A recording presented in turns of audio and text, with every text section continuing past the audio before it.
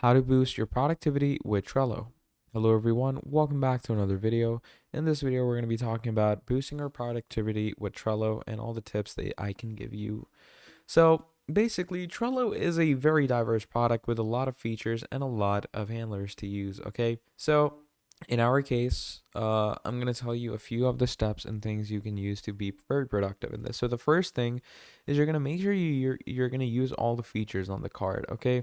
So, you have all these actions where you can move the card around. Okay, that's pretty basic, right? Now, firstly, make sure that you're pretty descriptive on your Trello because that keeps productivity pretty high. Then moving on, you're going to make sure to add power-ups because making power-ups keeps everything really good.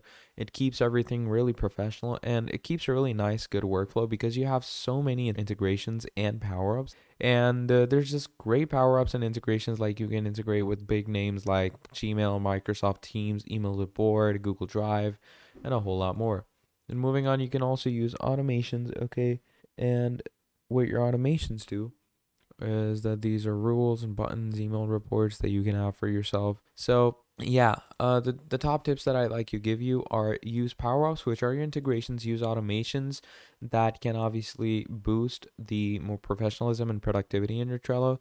And then obviously make sure to use nice templates that they've given you. Okay, because these are the top templates that you can use for your boards, and using these templates keeps a very clean Trello board.